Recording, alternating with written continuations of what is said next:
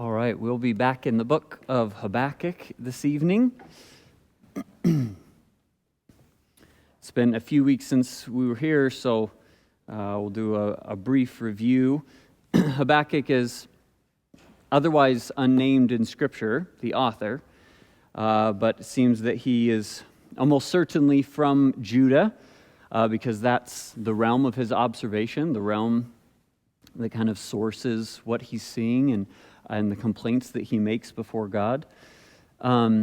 Judah is the one that's addressed eventually. It's kind of a unique style here, but Judah is the one that is the recipient of these oracles. This is the southern kingdom against which Babylon, or the Chaldeans, who are identified in verse 6, are going to be marching. The book was most likely written late during the reign of Manasseh, or perhaps early during the reign of Josiah. There was a time of great political and religious indiscretion. They were not doing what God had asked them to do. But this would have taken place probably before the fall of Nineveh, which was in 612, and most certainly before the Babylonian invasion of Judah began, which sort of started in 605. So we're kind of in the mid to late 600s here, BC. Habakkuk writes this, and it's kind of in two different forms. The first form is the question and answer form. There are two main questions that are asked, and then two main answers that are given. The second answer ends in the end of chapter 2 with a series of woe oracles, and then that moves us into a pretty sharp division beginning of chapter 3 where there's a lament psalm. So Habakkuk is kind of unique in his form in that he speaks to God about the people, when normally the role of prophet here is it's more one directional. It's from God to the people, and the prophet is the deliverer. In this case, his prayers also function the other way, where he's explaining his complaints to the Lord. So as we said, the book kind of follows that question and answer. So tonight we're just going to be looking at the first section, which is question 1 and answer 1. The reason we're not doing both is not because tonight is too heavy or too full, but because to do both series of questions and answers, the next one is a little bit fuller. So we'll see. We might actually be a little bit short tonight, and then next week we'll be able to fill up the time even more fully with the second question and answer. So really tonight we're looking at chapter 1, verse 1 through 11. Verses 1 through 4 are the question, really 2 through 4 are the question, and then verses 5 through 11 are the response. Okay, I think that kind of covers the overview or the review. So let's jump in. We'll go ahead and read the question in its entirety and then walk through it. So he says, Habakkuk 1:2, O Lord, how long shall I cry, and you will not hear? Even cry out to you violence, and you will not save. Why do you show me iniquity and cause me to see trouble? For plundering and violence are before me. There is strife and contention arises. Therefore, the law is powerless and justice never goes forth. So he starts his complaint with two questions. They are how long and why. And okay, good, my pen is working. How long and why? Those are the two questions. So the first one indicates that this isn't the first time that Habakkuk has said this, right? He has been complaining. He has been praying. How long is a time indicator here?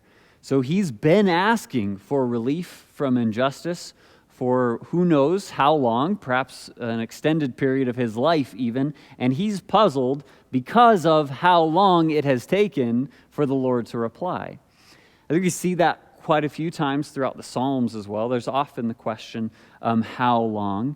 And nothing. And the reason it's there is because nothing seems to be happening as a result of our pleas. Now, one of the commentators that I was reading pointed out something interesting when, and it's more a provocative thought. It's just something to think more on. I don't know that it's, I mean, I'm behind it, but not completely, I suppose. So in 1 Samuel chapter 8, when Israel is beginning to request or demand that it have a king, there's a series of warnings that Solomon gives to them, right? He kind of explains, well, this is what it's going to look like if you do have a king. His going to be his behavior, chapter 8, verse 11. He'll take your sons, appoint them for his chariots. There's going to be an army that's gathered by your sons. He's going to have them work for him. They're going to plow and reap his harvest, some to make weapons of war, equipments for his chariots. He's going to take your daughters, verse 13, to be perfumers, cooks, bakers. He'll take the best of your fields, your vineyards, your olive groves, and give them to his servants. And there's taxes, right? He's going to take a tenth of your grain and your vintage, give it to his officers and servants. He's going to take from your servants, your male and female, your finest, and so on. And then he says in verse 18, and you will cry out in that day because of your king whom you have chosen for yourselves, and the Lord will not hear you in that day. It's kind of an interesting point back to something that happens right as Israel's sort of making this rebellious move to a unified kingdom, where instead of having the Lord as their unique ruler, which is different than any of the other nations around them were doing, they demand that they look like the other nations. That wasn't God's intent. And one of the things he says is, I'm not going to hear you when you cry out for help from deliverance from the king. And that's, particularly if this is occurring during the reign of Manasseh, that's exactly what's happening, right? The leaders, and we've seen this throughout the prophets, it's the leaders that are causing the people to move away from the Lord. It's the leaders that are responsible for upholding the law, for upholding justice. And there's this trickle-down effect in the society of what happens. And the pain even that's felt, where the last place you want to go if you have experienced injustice is at the courts, then you know that something's wrong. And so if this is, a complaint perhaps against the leadership of Manasseh and the darkness that he's led them towards, right? When Habakkuk looks out onto the country and he sees violence, he sees Hamas, and why isn't the Lord answering? Well, perhaps 1 Samuel has something to say about that, that God had said, follow me as your leader rather than follow broken kings. I think we also see that play out in other places in Scripture. Certainly, this past week I've been spending quite a bit of time in Proverbs, and that's what Lady Wisdom says in chapter 1. When she cries out to the simpleton, follow me, listen to me, right? And this is what it's going to look like. And if you don't, then when calamity strikes you, I'm going to laugh in your face. I'm not going to come to your aid because I've given you the warning, and I've given you the call to follow me. And if you will not commit to me now, then I will not hear you later on. So there's sort of a similar pattern there. So I just found it interesting, the connection to not only 1 Samuel, but then also to Lady Wisdom in Proverbs 1. This question is often raised in prophets and in Psalms, and then in our own lives, because we experience this maybe tension. Is this okay for Habakkuk to be asking? Is it okay for him to begin his prayer with a bit of an accusatory question? How long is it that you aren't listening? Even I'm saying violence, I'm saying, look, there's a problem. I'm seeing it again. I'm seeing it again.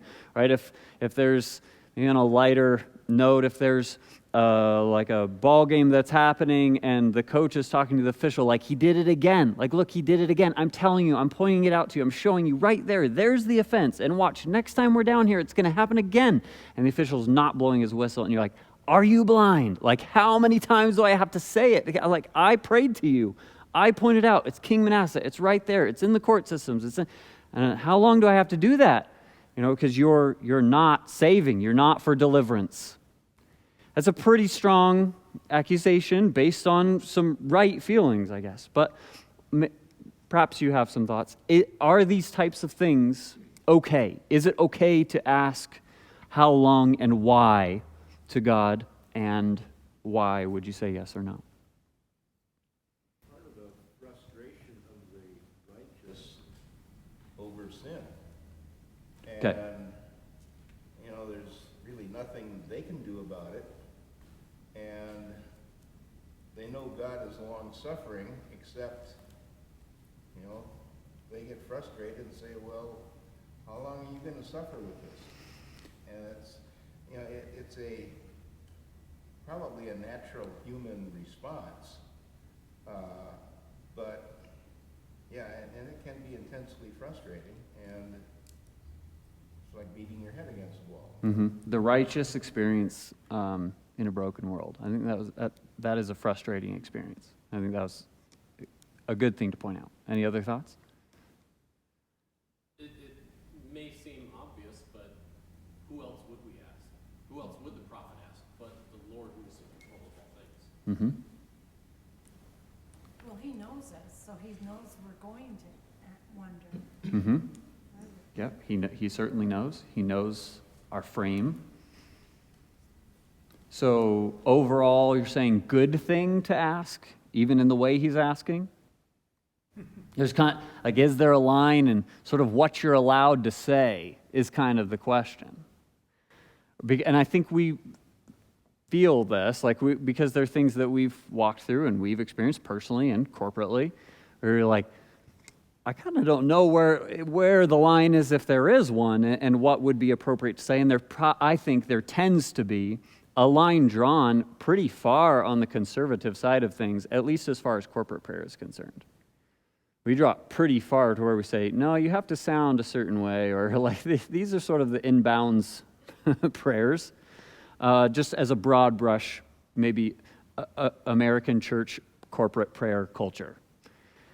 And one of the things that we learned maybe a few years ago throughout our study of the Psalms is that the Psalms are really instructive in what our prayer lives should even look like. And one of the main things that I think is drawn out in the Psalms is that there is no emotion that's not found there. And it's also true that none of those Psalms are stationary within that emotion. They are all a movement, right? You are moving, and just as Habakkuk will do as well, particularly next week at the beginning of chapter 2. But it is a movement toward trust. There's rarely a psalm that ends with how long and ends with why. It normally begins that way, and Habakkuk's pattern is true there as well. So I want to read a short quote to you here, but I found this helpful and encouraging. I think it is a good thing. I think it is a very human thing. It is related. This quote is actually specifically about the iniquity that the righteous are faced with. So he says, since prayer is provided specifically as the framework in which all the burdens of God's people may be poured out before the Lord, prayers expressing perplexity are appropriate so long as they are offered in a context of trust. And I might amend that to say, so long as they are offered in the context of moving toward trust, right? Because that's sometimes part of the problem is you're like, but I don't right now. So I can't go to him till I do. Then no, that's part of the song. That's part of what the psalm does. And he says, so long as the mystery of iniquity is at work, and that's what Don was referring to, God's people shall long earnestly for relief from its pain. And then I would just say the Psalms, and then as a maybe even stronger argument that a redeemed individual would be doing this, both the Psalms and then the deceased saints in Revelation. They're crying out the exact same thing. They're crying out, how long, O Lord, until you bring redemption, until you accomplish these, until you bring judgment on the wicked. So I think all of that testifies to the fact that this is a good question. This is a righteous question. He moves in verse 3. There are 3 pairs here. Iniquity and trouble are the first pair. Plundering and violence are the second. And then strife and contention are the third. So there's definitely some Hebrew parallelism that's going on here. But the one I want to lean into particularly, maybe say a note about, is the violence one. That is a theme throughout this book. It's used 5 times, and it is the word Hamas in Hebrew. And just to because it's a word that perhaps culturally we're familiar with and in another way, I just wanted to clarify what Hamas is and what it means. So the simple definition of this word in Hebrew is violence or wrong. It was not only describing kind of a reality, or maybe as Habakkuk is saying, a cultural identification, which is going to be true of the Chaldeans. They're a violent people. It's one of the things that is brought against them.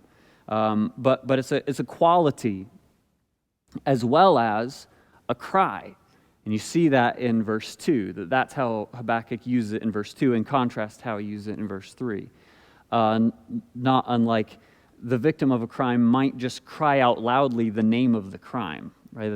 This is what's happening, and that's sort of what Habakkuk does. He says, violence, violence. That's the thing that he's identifying that he sees. So it's often used as a character trait of a wicked person, or someone, interestingly, who's willing to bear false witness against another one. And that'll come into play in our application at the end of the night. But almost always it's the breaking of the law for the sake of gain. That's violence.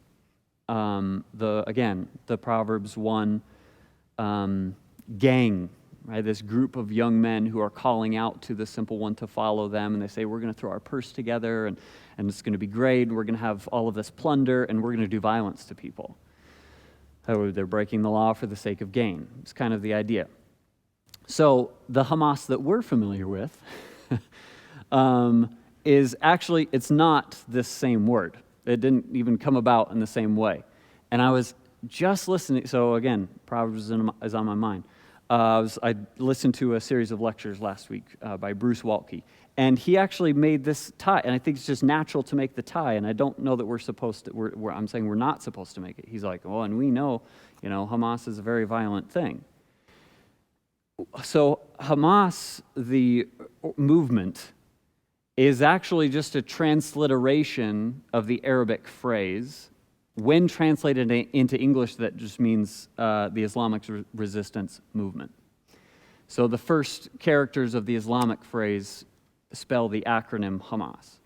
So then they later glossed that, and they brought it into their covenant with the word Hamas, which is an Arabic word that means zeal or strength. Now, it's ironic that their zealots are Hebrew violent. But it's not the same word. It's not the same etymology. The etymology is not connected. So as we talk about Hamas, don't think, that is a very violent thing. That's like terrorists, But I think the unique, sort of the play on words in modern days, not at all from Habakkuk's standpoint, but the sort of phonetic resemblance between the two terms has, I think, fueled animosity between Israel and the Palestinian movement. But anyways, I just wanted to make that note on the words. When we're talking about it, it is one of the themes of Habakkuk. He uses it 5 times, but it's not in the same, perhaps, way that we think of it today. So iniquity and trouble, plundering and Hamas, plundering and violence, and then strife and contention. This is what God has caused, is almost forcing Habakkuk to look at, to see. And that's his complaint. So, let's see. The result of all of this violence is that, verse 4, therefore, the law is powerless, and justice never goes forth. That's the problem, because the wicked surround the righteous, therefore perverse judgment proceeds. Hang on. Minor prophets is hard to search while you're talking. Okay, so therefore the law is powerless and justice never goes forth. So the result of the 3 couplets is a powerless law. The benefit of God's system that he gave to them has been completely numbed, hasn't it? If you don't follow it, then it doesn't work. It doesn't give you the benefits without obedience to it. If there were, a pair of parents and they just have the best parenting rubric, the best instruction rubric for how to teach their children, the best one in the world, but if it's not maintained, if it's not upheld, then it profits nothing, right? You're not actually doing it. You're not even parenting, perhaps. You're not instructing. So the result here is that justice doesn't proceed from the leaders. It's instead perverted, which would result, obviously, in injustice, in unrighteousness, and that ultimately is Habakkuk's complaint.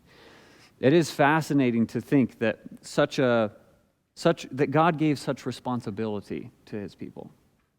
He could do it himself if he wanted to, and he's going to do it himself because we're not very good at it. But he gave them everything necessary according to the law for justice within a society to be occurring, right? Wholeness, and the result is going to be shalom. It's going to be peace, a joyful, full society. How long shall I cry and you will not hear me? Even cry out to you violence and you won't save me. It's not working because they're not upholding it, and so the fruit of God's system is not born. Okay, how is God going to respond to Habakkuk's complaint? Let's read 5 through 11. It was certainly surprising to Habakkuk. He says, "Look among the nations and watch. Be utterly astounded. For I will work a work in your days which you would not believe, though it were told you. For indeed, I am raising up the Chaldeans, a bitter and hasty nation which marches through the breadth of the earth to possess dwelling places that are not theirs. They are terrible and dreadful. Their judgment and their dignity proceed from themselves. Their horses also are swifter than leopards and more fierce than evening wolves. Their chargers charge ahead. Their cavalry comes from afar. They fly as the eagle that hastens to eat. They all come for violence. Their faces are set like the east wind. They gather captives like sand. They scoff at kings, and princes are scorned by them. They deride every stronghold, for they heap up earthen mounds and seize it. Then his mind changes, and he transgresses. He commits offense, ascribing this power to his God."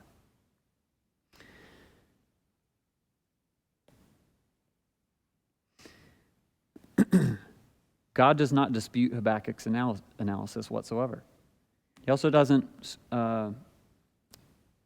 discipline him or chasten him for the way that he's spoken to him. He actually fully agrees with the prophet's perception, and it becomes pretty quickly apparent that God has seen and he has heard even more than Habakkuk saw and heard. And he is more desirous of deliverance than Habakkuk was. And he has been active when Habakkuk accused him of being inactive. So all the things that Habakkuk thought were not true, and that's quite normal for us, isn't it?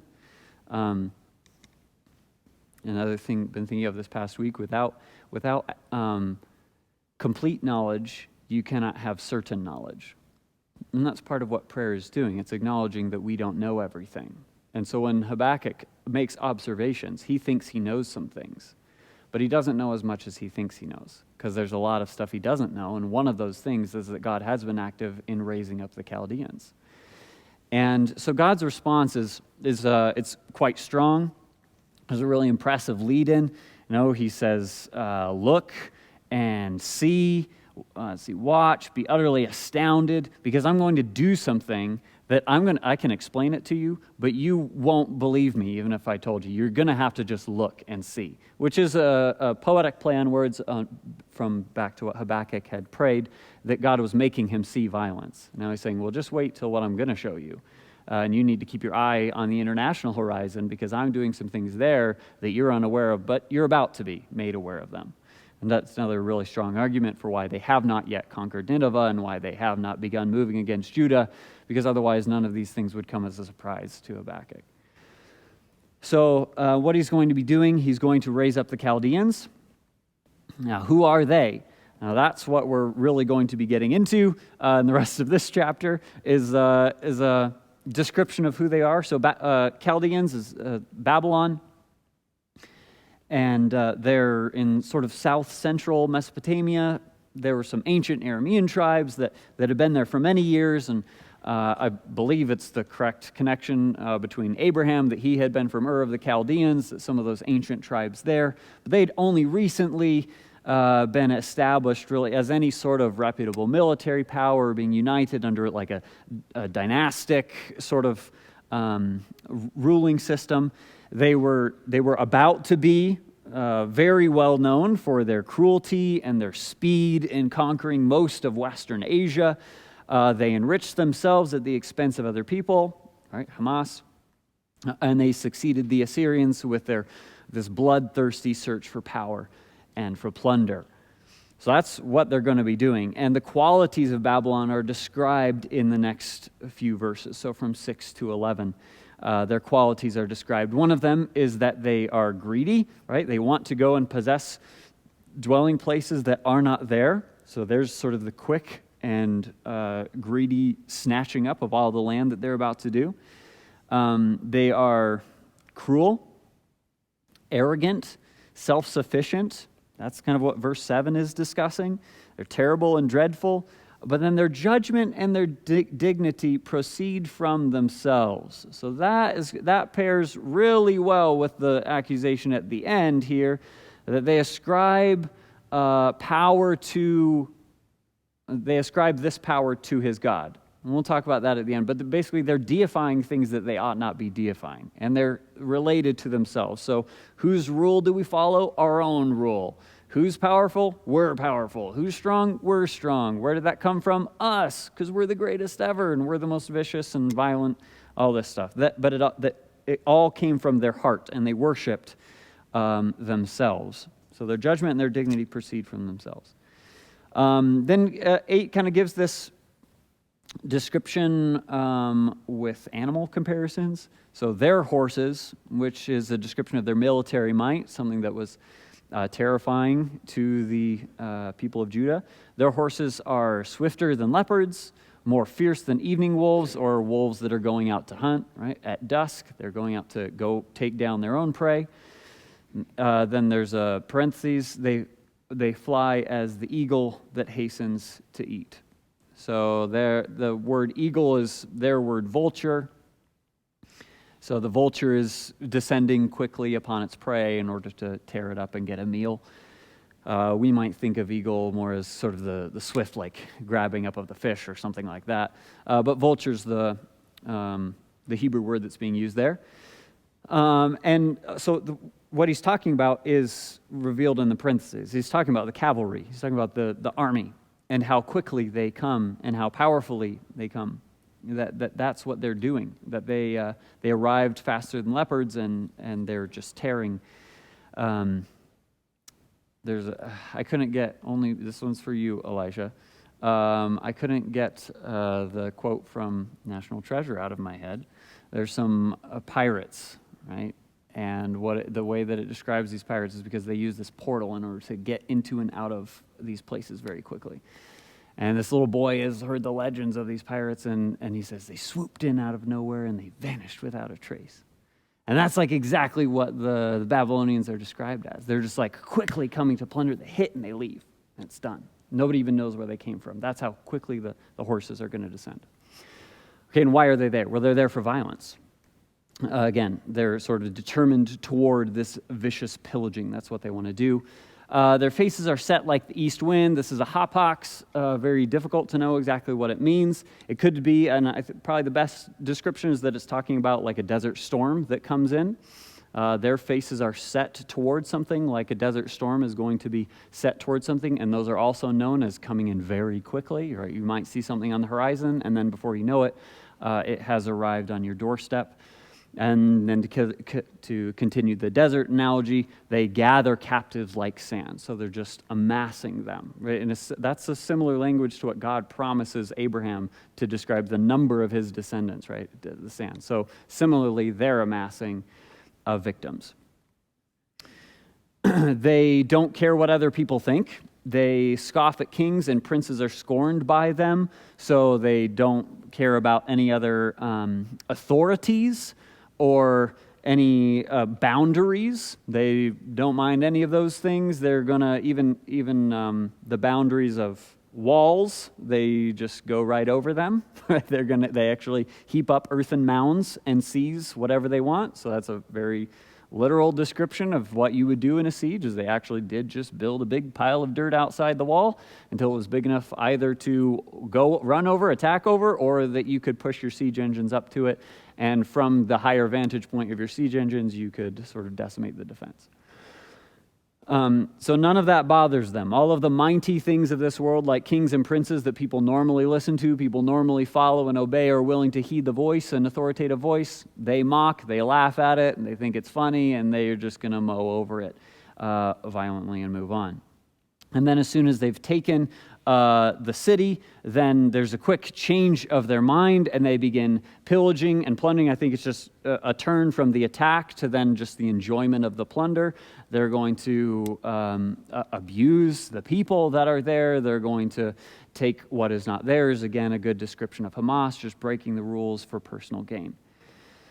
And all of this he does, ascribing power to his God. So they are blasphemous. They deify their own strength. That's the ultimate problem.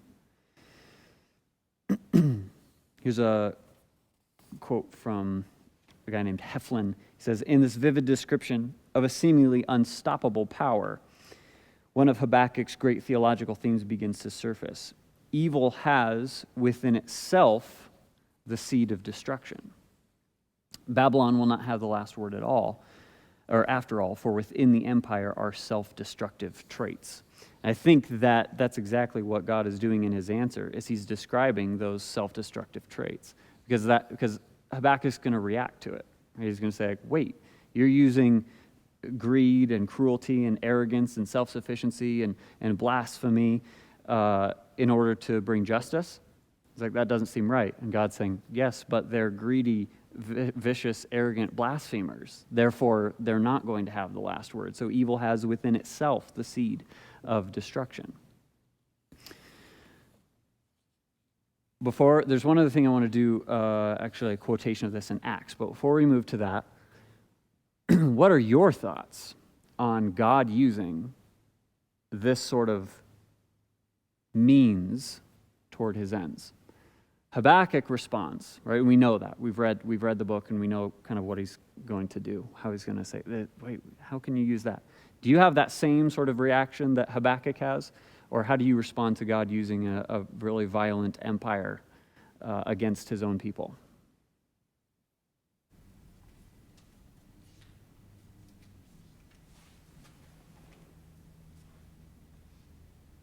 I guess the phrase misery loves company comes to mind, but I don't know if that's really all that applicable. But yeah, Mhm. I am sure that when Habakkuk heard God's response in the last few verses,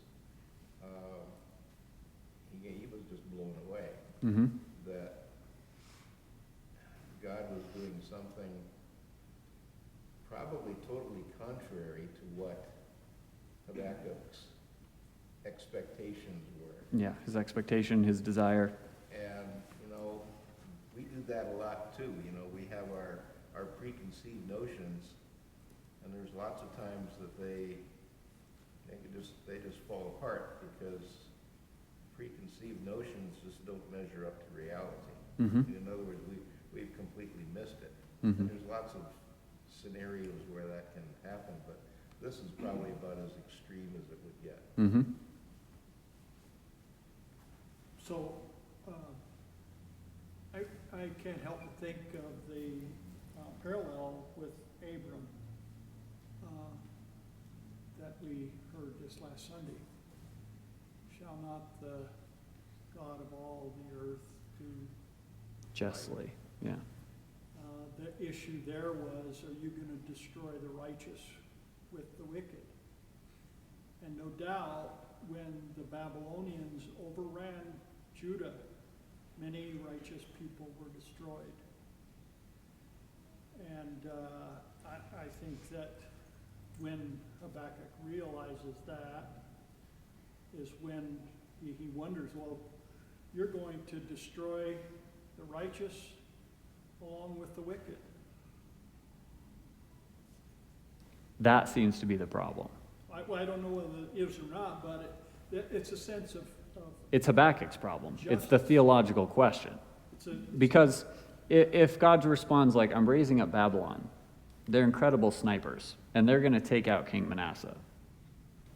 Cool. Like, that sounds great. No problem there, Is that they're going to come and kill Habakkuk. right?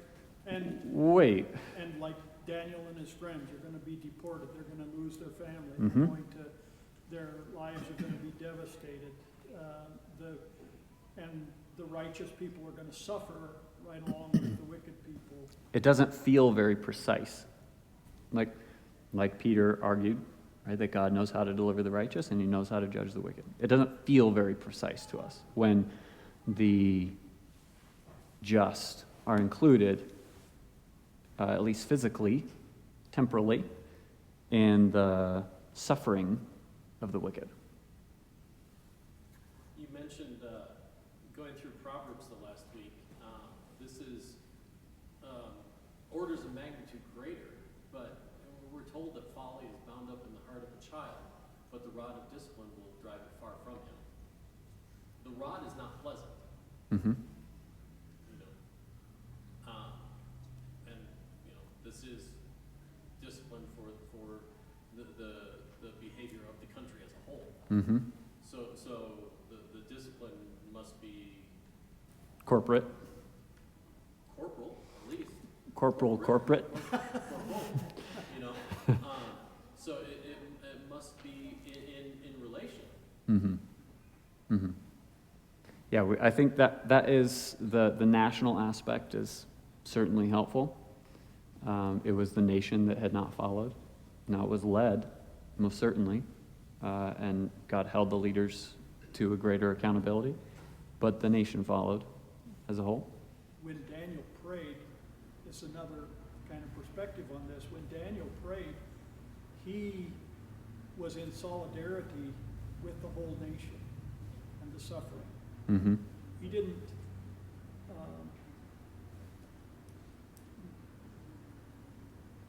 he included himself along with the wicked in the nation when he was praying and repenting of Mm-hmm. the sin. Mm-hmm. So that's kind of an interesting take on that. Jews think of themselves as a singularity, Yep. maybe, and As the circumcision. yeah. So if that's the case, I mean, there is this injustice. I mean, there's mixed feelings. If I'm righteous, I'm following God, I'm trusting God, and all the wicked leaders around me, and there's violence and wickedness all around in my society, in my culture, but I'm trying to live a godly life. I am living a godly life. My mindset is I'm separate from that Mm-hmm. in where I'm at here Mm-hmm. today. But the nation of Israel, maybe they're thinking differently. God looks at them differently, maybe. Mm-hmm. Yeah. Yeah. There's chapter 2, well, even kind of the end of chapter 1 and then chapter 2, I think has some of the theological answers and the theological themes upon which chapter 1 is actually built and makes sense. So much like Habakkuk, in some ways I want to raise the question because the question's raised with God's answer. And it's raised with, like, Habakkuk responds in the same way that maybe we would respond. I think a few weeks ago in the introduction, we're like, if we learned that, God was going to judge America by means of, the CCP or something like that, right? Okay, wait, all of it, like everybody? And he's like, yeah, everybody, the whole nation's going to be overrun. He's like, I've been getting ready for this for a while, and it's going to be good. It's going to be violent, but it's going to be good, justice. We're kind of like, okay, hold on. That doesn't sound precise. But the answer to that really doesn't come, if you think about it just logically, doesn't come until God answers Habakkuk's second question. And I think in God's answer to his second question, even in the way that Habakkuk frames the question, he knows some of the answers. He has a resolute trust in who God is, which enables him to move forward with what God's going to do. And I think that'll be quite helpful next week. But we'll leave that maybe on a little bit of a unresolved note a cliffhanger, if you will. The other place I'd encourage you to turn is Acts 13, and we'll end with this. Paul quotes Habakkuk 1:5 here in Acts 13. Habakkuk 1:5 was the beginning of God's response, where God said, "Look among the nations and watch, be utterly astonished, for I will work a work in your days which you would not believe, though it were told you." Okay, so that's the quotation.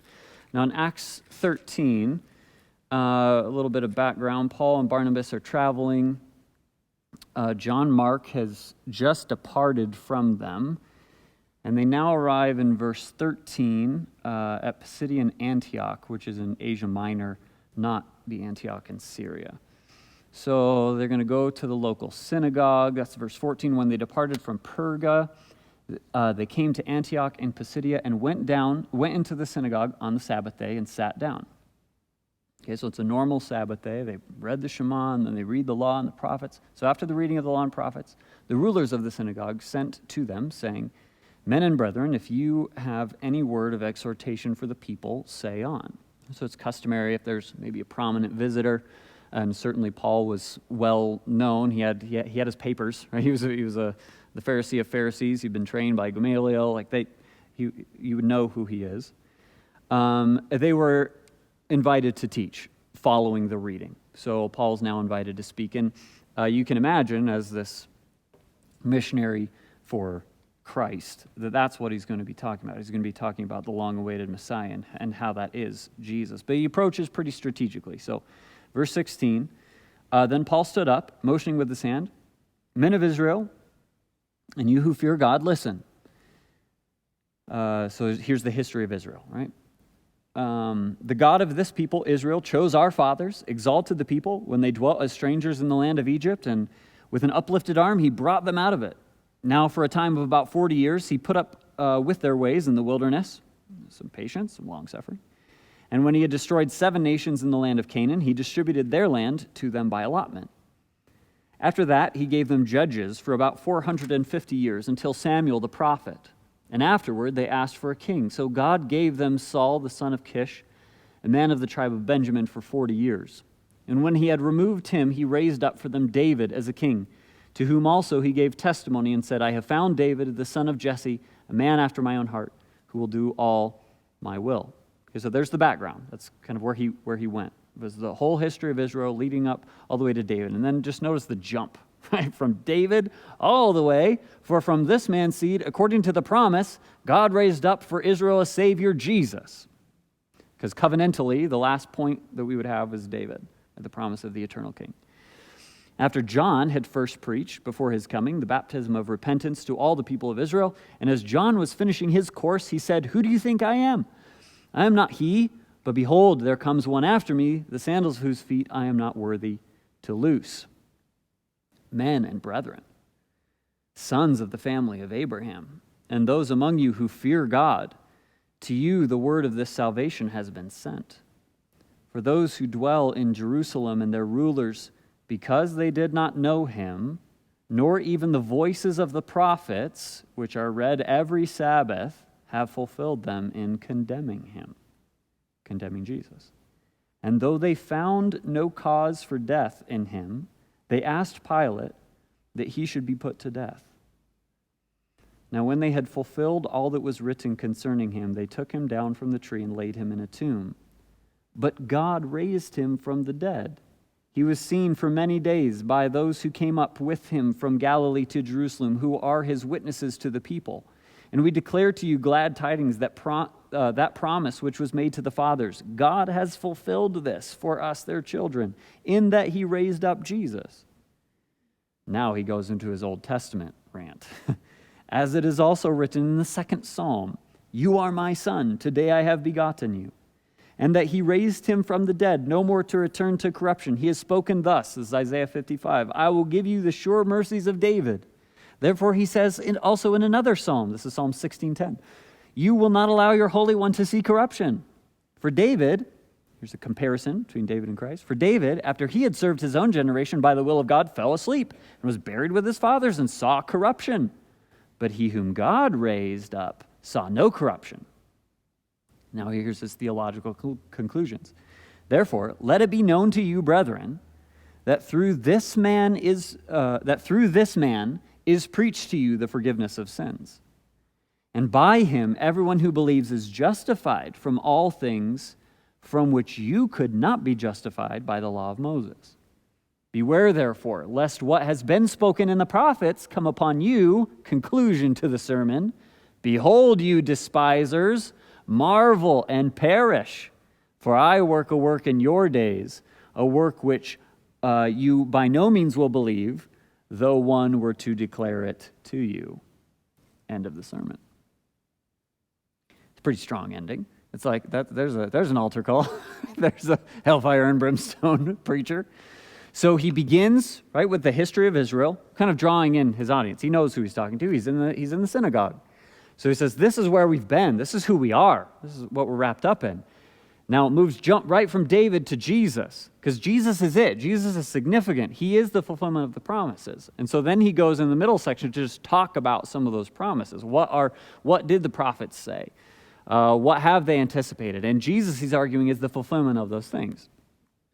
Interestingly then, he draws a comparison to the leaders, the present leaders of their day, in a very similar fashion to the prophets have done. He says, you read the law and prophets every day, or every Sabbath, right? You read these regularly, and yet you haven't followed them.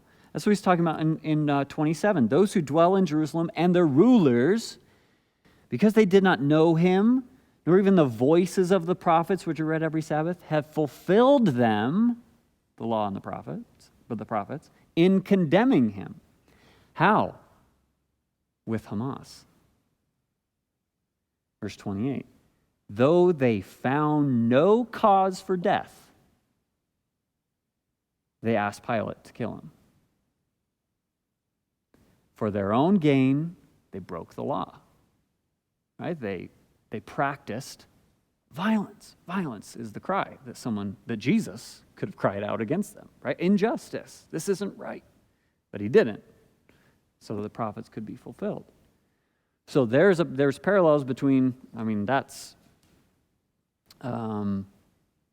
maybe anywhere from 600 to 1,000 years difference between the prophets that have been writing and what Paul is saying. So he's saying still the leaders today are doing the same thing that the leaders then were doing.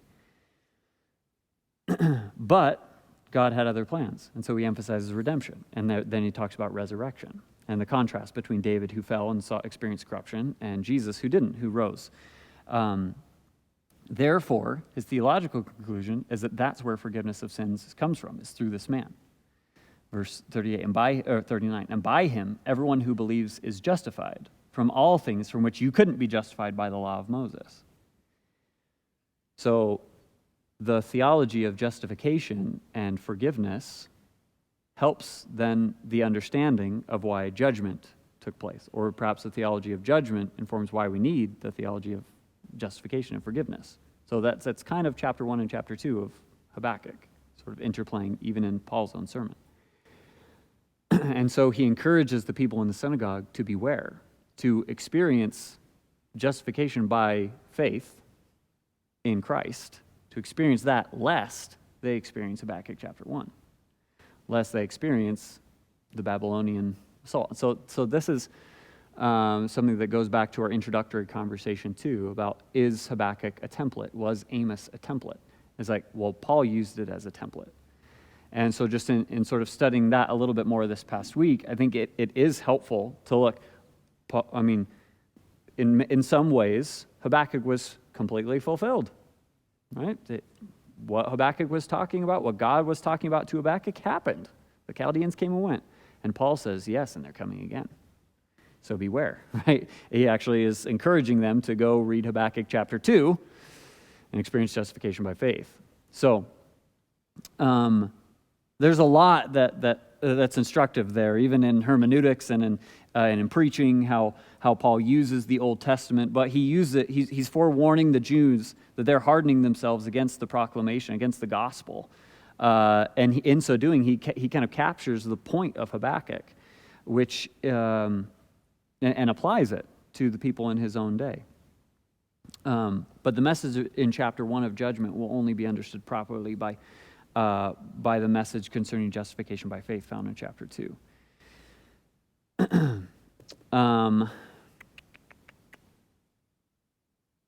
Yeah.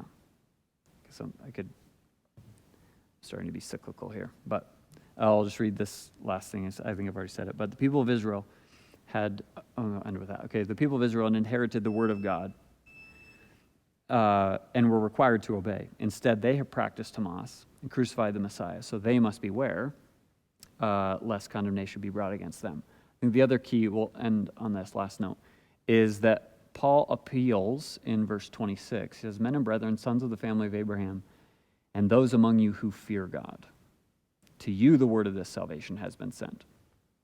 So, bringing it back to the other thing I've been thinking about this week, Proverbs. He appeals to the fear of the Lord as the primary motivation for why they would respond to his message. If you fear the Lord, if you truly are a believer of Israel, so what is that fear of the Lord? And I believe it's threefold. It necessarily involves revelation, which Paul identifies here too, right? This is who the word of the salvation has been sent to. In order to fear the Lord, there has to be, even in Psalm 119, or Psalm 19, the fear of the Lord is on the list of descriptions of the revelation. So it's something that's been revealed. And then there has to be humility, which is part of what's missing, part of what's even characteristic of the Hamas individual, is that they're arrogant. They do what they want. They break the rules.